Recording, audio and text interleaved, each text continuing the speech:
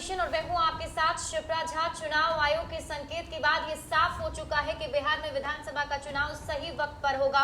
ऐसे में जितने भी दल हैं उनके अंदर सीटों को लेकर, सीट शेयरिंग को लेकर रस्साकसी शुरू हो चुकी है और एक सीट पर कई सारे ऐसे उम्मीदवार हैं जो अपनी उम्मीदवारी की दावेदारी करते नजर आ रहे हैं। अब उनके सामने दिक्कत ये आन पड़ी है कि आखिर उम्मीदवार या प्रत्याशी किसी को बनाया जाए तो वहां से किसे बनाया जाए। लेकिन न्यूज फॉर नेशन आपको उन तमाम जानकारी आपको देने वाला है, ऐसी जानकारी देने वाला है जो ये आपको बताएगा कि कौन से उम्मीदवार कौन से सीट से उतरने वाले हैं। इस पर हम कई बार से बातचीत कर रहे हैं, लगातार ये सीरीज भी हम चला रहे हैं। आज हम बात करने वाले हैं पूर्वी चंपारण जिले की, और इस जिले के बारे में अगर हम आपको बताएं तो यहाँ से 11 विधानसभा की सीट है और आज हम ये रिवील करने जा रहे हैं, एक्सक्लूसिवली आपको ये बताने जा रहे हैं कि पूर्वी चंपारण के 12 विधानसभा सीट से महागठबंधन की तरफ से कौन सा उम्मीदवार उतरेगा और एनडीए की तरफ से वहां पर महागठबंधन के उम्मीदवार को कौन चुनौती देगा। इस पूरे डिस्कशन में मेरे साथ मेरे वरिष्ठ सहयोगी विवेकानंद भी मौजूद हैं। इन्हीं से जानेंगे वो पूरी जानकारी कि इस बार के समीकरण क्या है, वहां पे हालात क्या है, कौन से उम्मीदवार वहां पर आ सकते हैं, कौन कौन से उम्मीदवार रेस में हैं और बीते चुनाव का यानी कि 2015 का वहां पर क्या कुछ चुनावी समीकरण था। फिलहाल 12 सीटों को लेकर कई सारे ऐसे लोग हैं जो अपनी दावेदारी दे रहे हैं। रेस में बहुत सारे लोगों का नाम सामने आ रहा है, लेकिन क्या लगता है कौन से वहां से संभावित उम्मीदवार हो सकते हैं दोनों ही दलों के बीच से? देखिए, पूर्वी चंपारण जिला में 12 विधानसभा क्षेत्र हैं। अगर हम संसदीय मतलब लोकसभा क्षेत्र वाइज हम बात करें तो पूर्वी चंपारण जिले में जो 12 विधानसभा क्षेत्र हैं उसमें पूर्वी चंपारण संसदीय क्षेत्र में 6 विधानसभा क्षेत्र हैं। शिवहर लोकसभा क्षेत्र में 3 विधानसभा क्षेत्र वो पूर्वी चंपारण जिला का पड़ता है, और जो पश्चिम चंपारण लोकसभा क्षेत्र है उस क्षेत्र में भी इस जिले के 3 विधानसभा क्षेत्र पड़ते हैं। तो इस तरीके से कुल 12 विधानसभा क्षेत्र पूर्वी चंपारण में है। तो इस लिहाज से उस जिले का काफ़ी महत्वपूर्ण है पॉलिटिकल दृष्टिकोण से अगर हम बात करें तो, क्योंकि अब तक वहाँ पिछले कई सालों के चुनाव को छोड़ दें, राबड़ी राज के चुनाव को छोड़ दें, तो बाकी दौर में वहाँ बीजेपी का दबदबा रहा है। लालू के राज में भी वहां पर बीजेपी के विधायक जीता करते थे। तो ऐसी स्थिति में वह सीट काफी महत्वपूर्ण है, वह जिला जो है काफी महत्वपूर्ण है। उन 12 विधानसभा क्षेत्रों पर आज हम चर्चा करेंगे कि कौन सी सीट जो है, अभी चूंकि महागठबंधन और एनडीए में सीटों को लेकर के रस्साकसी जारी है। महागठबंधन में जहां आरजेडी सबसे बड़ी पार्टी है, उसकी पूरी कोशिश है कि हम अधिक से अधिक सीटों पर लड़ सकें। वहीं कांग्रेस की तरफ से भी दबाव लगातार बनाया जा रहा है और कहा जा रहा है कि हम 80 सीट लेंगे, हम 70 सीट से कम पर समझौता नहीं करेंगे। कुछ इस तरह की बात कांग्रेस की तरफ से भी आ रही है। तो इसको लेकर के वहीं उपेंद्र कुशवाहा की पार्टी भी महागठबंधन में है। हालांकि जीतन राम मांझी अब तो उस पार्टी में, उस महागठबंधन में नहीं है। उनको मान करके चलिए कि अब वो महागठबंधन का के पार्ट नहीं है। लेकिन सहनी जो पार्टी है वीआईपी, उसके अलावा उपेंद्र कुशवाहा की पार्टी आरएलएसपी, कांग्रेस और आरजेडी अभी वर्तमान में महागठबंधन के चारों पार्ट हैं। अगर हम एनडीए की बात करें तो एनडीए में भी अगर उस जिले की बात करें तो एनडीए में बीजेपी उस जिले में अच्छी पकड़ है। बीजेपी का अगर हम 2015 की बात करें तो 2015 में बीजेपी महागठबंधन का लाख लहर होने के बावजूद बीजेपी ने वहां अच्छी खासी बढ़त बनाई थी और वहां पर उस जिले में 12 विधानसभा क्षेत्र में 7 विधानसभा क्षेत्रों पर बीजेपी की जीत हासिल हुई थी। बीजेपी के विधायक बने थे और 1 लोजपा का, यानी कि 12 विधानसभा क्षेत्र में 8 पर एनडीए का कब्जा हुआ था और 4 जो है 4 उसमें 4 महागठबंधन के खाते में। तो 2015 में जब एनडीए के खिलाफ में लहर थी, उस दौर में भी उस जिले में एनडीए ने बेहतर प्रदर्शन किया था और 12 में से 8 विधानसभा सीटें एनडीए के खाते में गई थी। तो ऐसी स्थिति में वह जिला जो है एनडीए के लिए काफी महत्वपूर्ण है।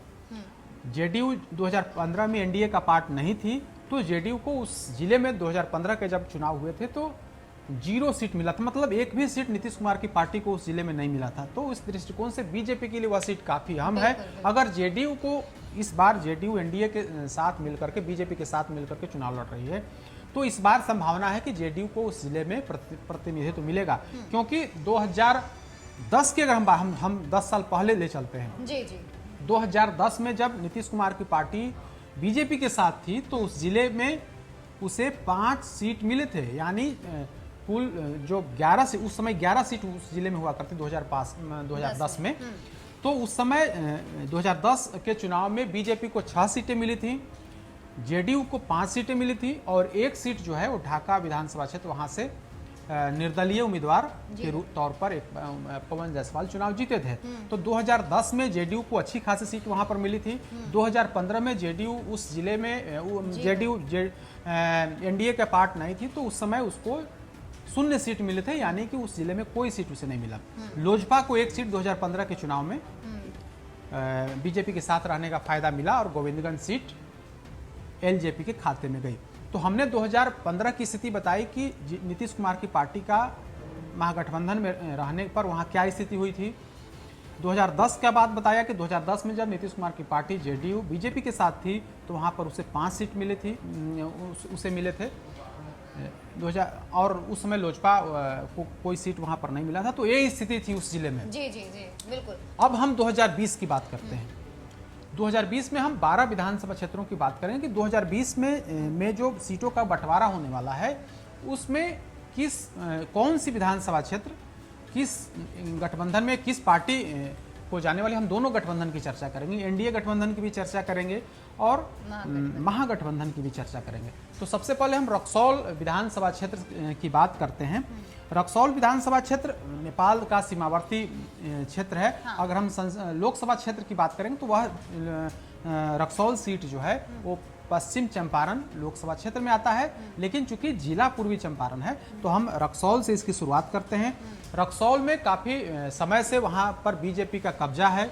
वहाँ से सिटिंग विधायक हैं अजय कुमार सिंह। अजय कुमार सिंह पिछले कई दफ़े से उस सीट का प्रतिनिधित्व लगातार करते आ रहे हैं, जबकि वहाँ पर राजद को बार बार हार का सामना करना पड़ा। 2015 के चुनाव में भी राजद कैंडिडेट को थोड़े अंतर से हार का सामना करना पड़ा था। तो वैसी स्थिति में हालांकि जो इस बार खबर है कि बीजेपी को तो वह सीट बीजेपी के खाते में तो वह सीट रहेगी, क्योंकि वह सिटिंग सीट है। तो वैसी स्थिति में वह सीट बीजेपी के खाते में रहेगी। लेकिन जो बड़ी खबर यही है कि वहां से बीजेपी का कैंडिडेट बदला जा सकता है। अच्छा। वहां से अजय कुमार सिंह की टिकट कट सकती है, उनकी जगह पर अधिक संभावना है कोई दूसरा कैंडिडेट बीजेपी वहां पर उतारे। इसकी पूरी खबर जो है पूरी जानकारी है कि वहां से का कैंडिडेट जो है सो बदला जा सकता है। इस पर नेतृत्व पर भी चर्चा, नेतृत्व के स्तर पर चर्चा चल रही है और जो जानकारी है उसके अनुसार उनकी टिकट पर संकट के बादल हैं बीजेपी कैंडिडेट जो वर्तमान सिटिंग विधायक हैं।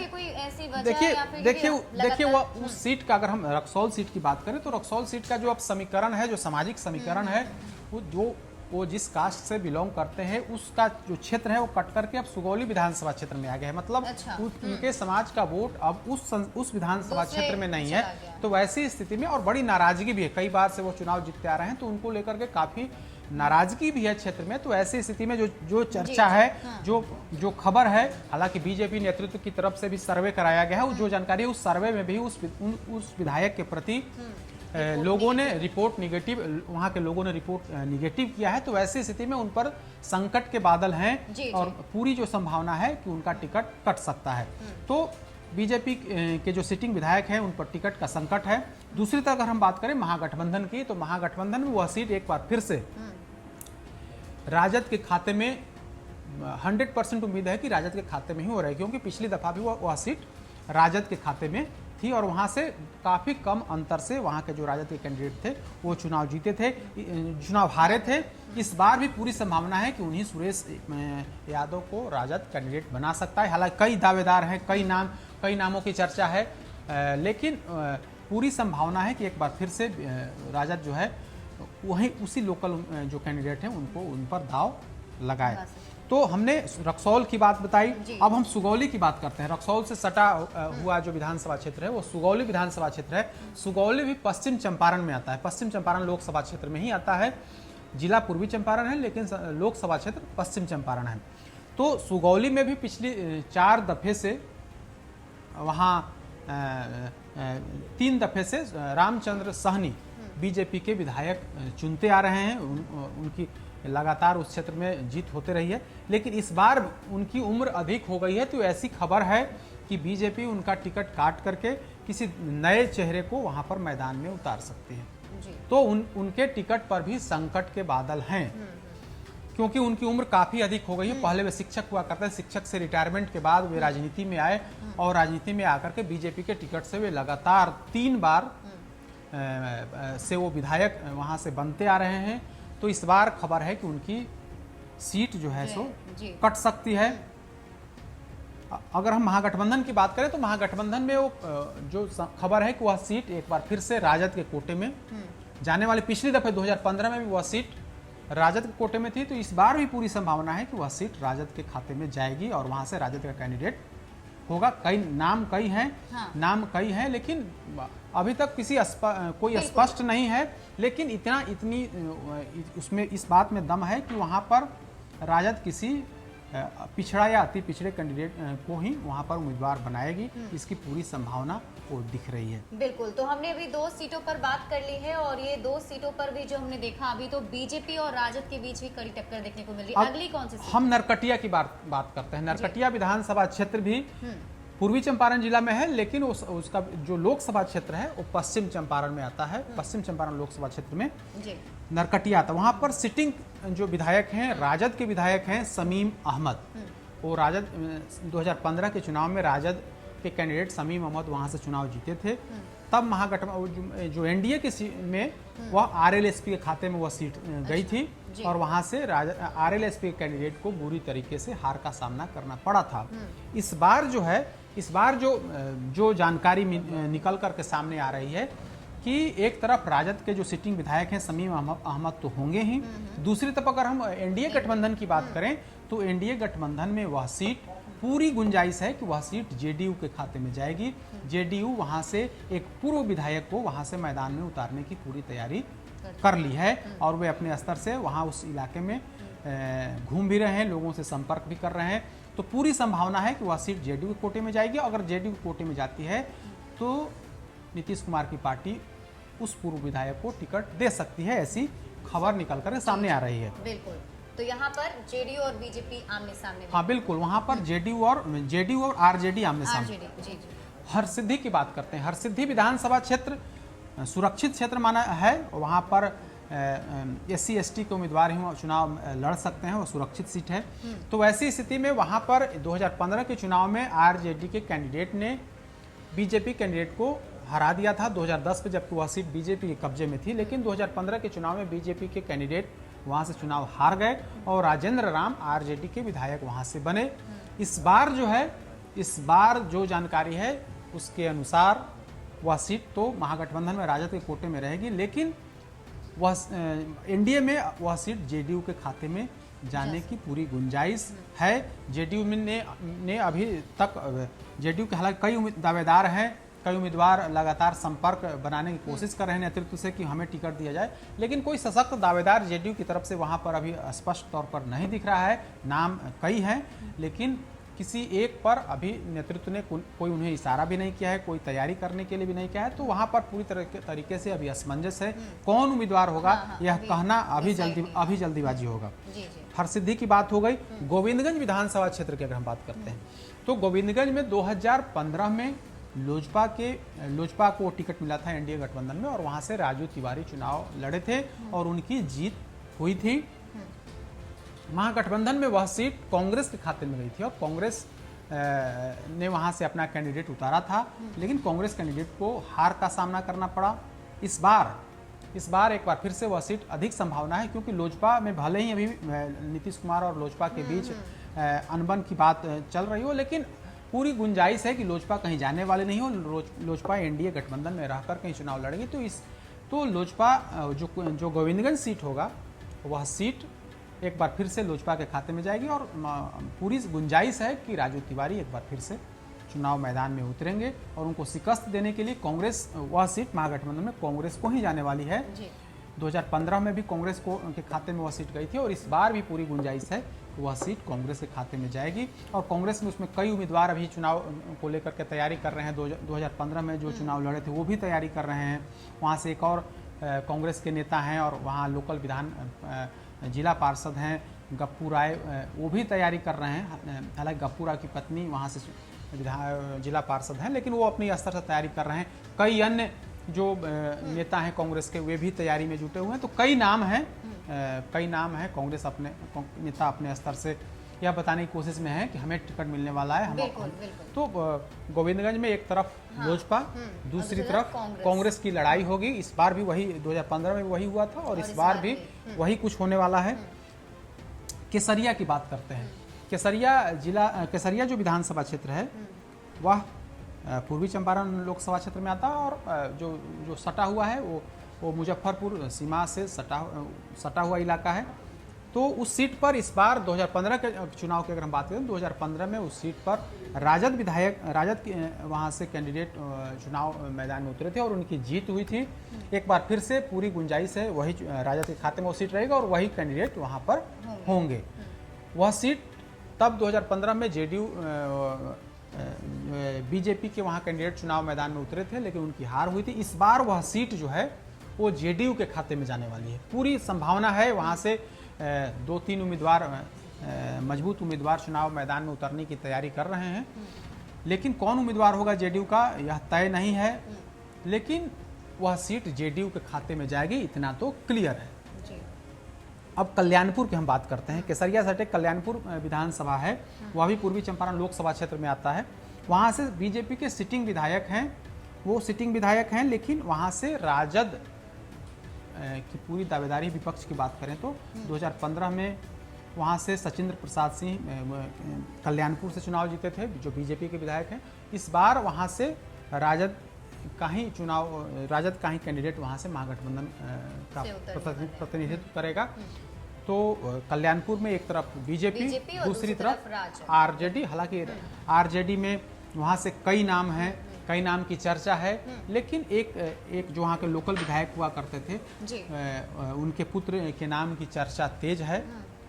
तो अब देखिए किसको टिकट मिलता है, लेकिन पूरी गुंजाइश है कि वहाँ से राजद का ही उम्मीदवार होगा और राजद का प्रत्याशी चुनाव मैदान में उतरेगा और दूसरी तरफ बीजेपी के कैंडिडेट होंगे। बिल्कुल, अभी तक जितने भी सीटों की हमने बात की उसमें से मैक्सिमम सीटें जो हम देख रहे हैं महागठबंधन में तो राजद के पास जा रहा है और दूसरी तरफ बीजेपी के पास। बिल्कुल उस जिले में सीधे तौर पर बीजेपी और राजद की लड़ाई है, मुख्य लड़ाई राजद की है।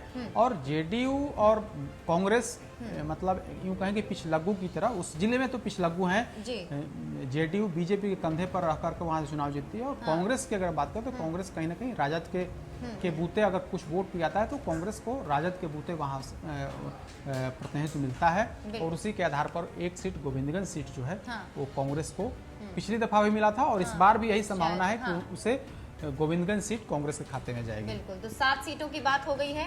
पिपरा की हम बात करते हैं। पिपरा विधानसभा क्षेत्र मुजफ्फरपुर और मोतिहारी के बीच में है और एक सीमा मुजफ्फरपुर से लगी हुई है और पूर्वी चंपारण लोकसभा क्षेत्र में ही आता है। और इस बार जो है 2015 में वह सीट जो है बीजेपी के वहाँ से कैंडिडेट चुनाव जीते,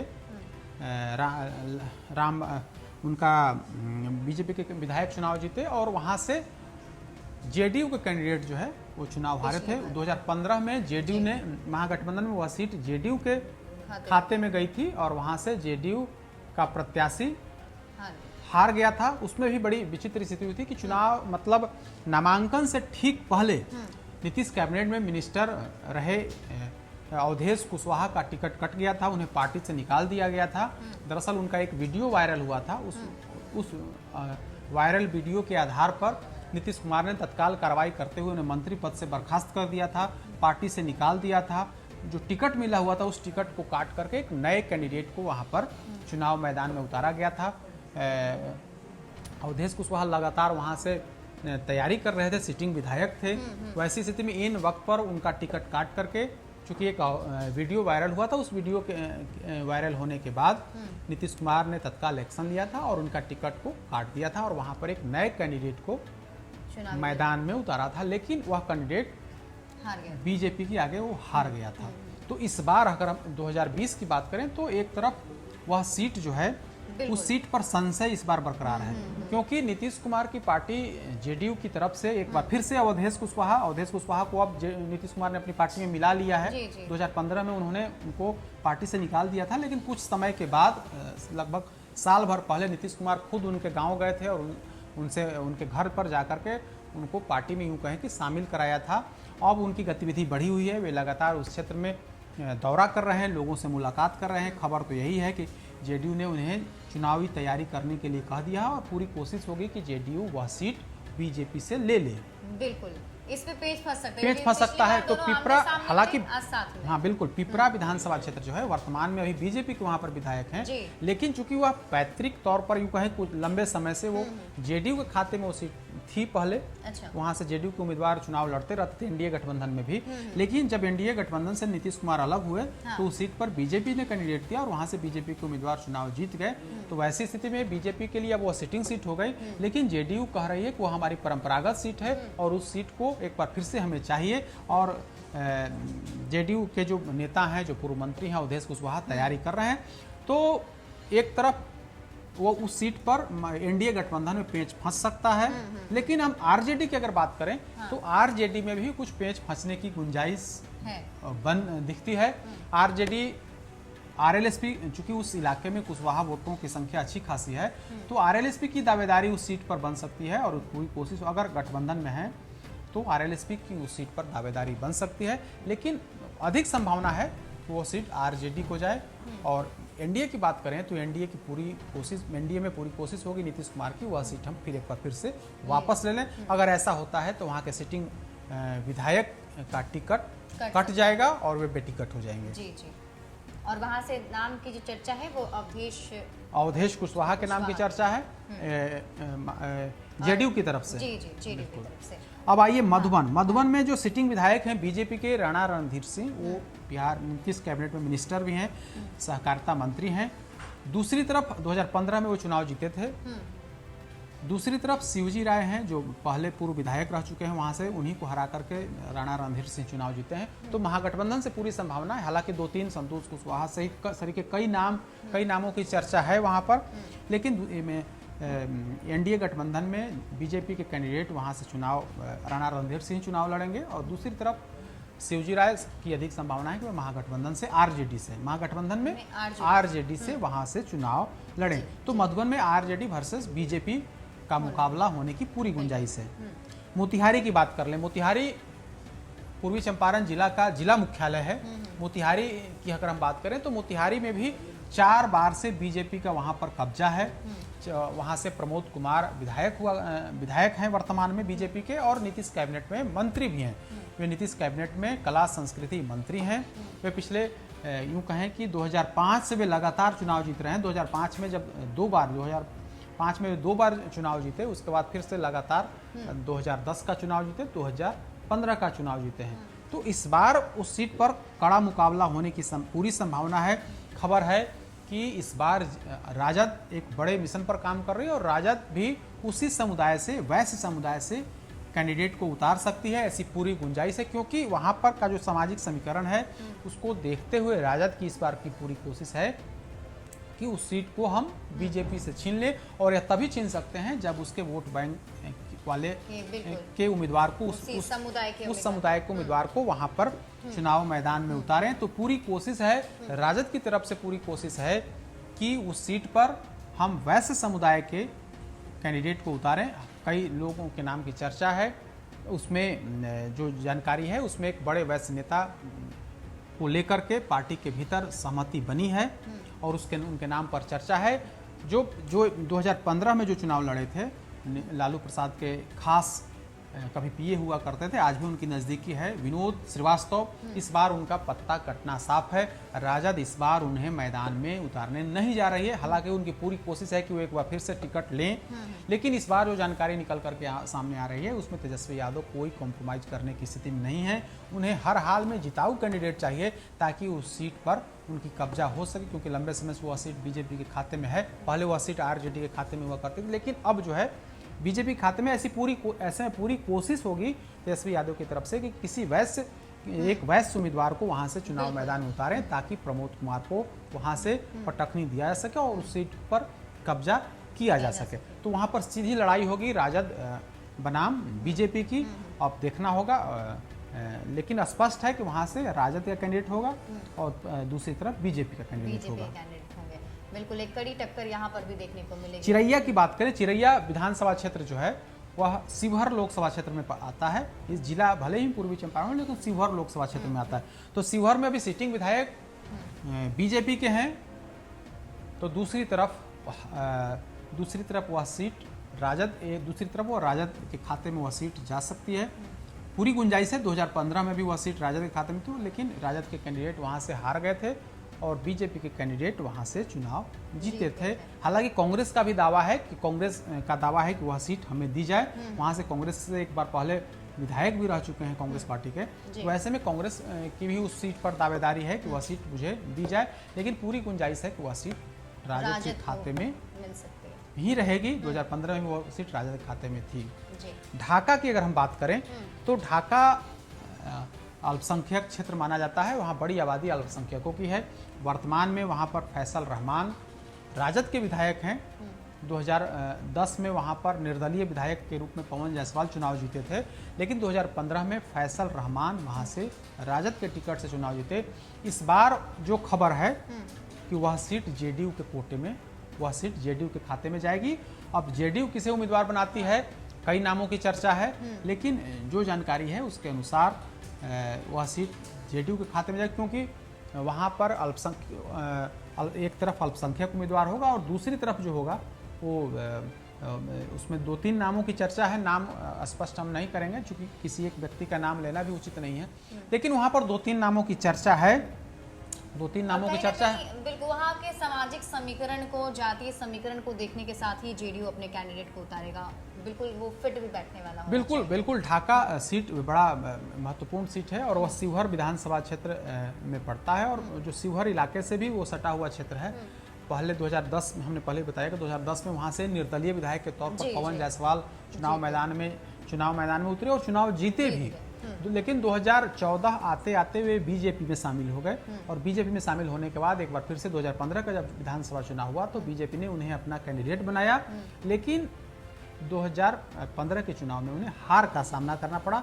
फैसल रहमान राजद के टिकट पर वहां से चुनाव जीत गए और एक बार फिर से पवन जायसवाल की पूरी कोशिश है कि बीजेपी उन्हें उम्मीदवार बनाए। इसको लेकर के वे लगातार प्रयास भी कर रहे हैं, लेकिन सीट को लेकर सस्पेंस है। वह सीट जेडीयू और बीजेपी को लेकर के सस्पेंस है कि पूरी संभावना है कि जेडीयू को वह सीट चली जाए। ऐसी स्थिति में फिर बीजेपी के लिए वहाँ मुश्किल हो, क्योंकि बीजेपी से ही अब वर्तमान में बीजेपी में है पवन जायसवाल। वैसी स्थिति में उनके लिए चुनाव लड़ना मुश्किल होगा। अब देखना होगा गठबंधन में क्या कुछ हो पाता है।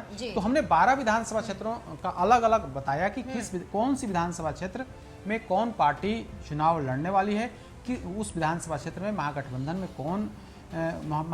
में कौन दल का उम्मीदवार होगा, एनडीए गठबंधन में किस दल का उम्मीदवारी मजबूत बन रही है। हमने इस पूरी बात बताई। तो इस तरीके से अगर हम बात करें तो एनडीए की बात करें तो 12 विधानसभा क्षेत्रों में जेडीयू को 4 सीटें मिलने की संभावना है उस जिले में। अगर बहुत अधिक होगा तब 5 सीट, लेकिन जो जानकारी है उसके अनुसार 4 सीट से अधिक जेडीयू के खाते में नहीं जाएगी। एक सीट जो है, एक सीट लोजपा के खाते में, चूंकि वो सिटिंग सीट है गोविंदगंज, तो 5 सीट हुआ। बाकी का जो 7 सीट बचेगा उस पर बीजेपी अपना कैंडिडेट उतारेगी। कुल मिलाकर के वहां पर यही स्थिति रहेगी। राजद की अगर हम बात करें तो राजद में जो है पूरी संभावना है कि राजद 10 सीटों पर वहां पर उस जिले में 10 सीटों पर चुनाव लड़े। 1 सीट कांग्रेस को और 1 सीट आरएलएसपी को, यानी कुल मिलाकर के 10 सीट वहां पर राजद वहां से चुनाव लड़ेगी और जो 2 सीटें बचेगी वो अपने सहयोगी दलों को देगी। बिल्कुल, तो ये एक्सक्लूसिव जानकारी हमने आपको दी। न्यूज़ फॉर नेशन ने आपको बताया कि यहाँ पर, यानी कि जिस जिले की हम बात कर रहे हैं पूर्वी चंपारण जिले की, वहाँ के 12 विधानसभा सीटों पर महागठबंधन की तरफ से कौन से कैंडिडेट होंगे, कितनी सीट कौन सी पार्टी को मिलेगी। और इसके अलावा हमने आपको ये भी बताया कि एनडीए में वहाँ पे जितनी भी सीटें हैं उसमें से कौन कौन सी सीट किनके खाते में जाने वाली है। तो अगले दिन होगी किसी और जिले की बातचीत। तब तक के लिए आप हमारे साथ जुड़े रहिए और देखते रहिए न्यूज़ फॉर नेशन।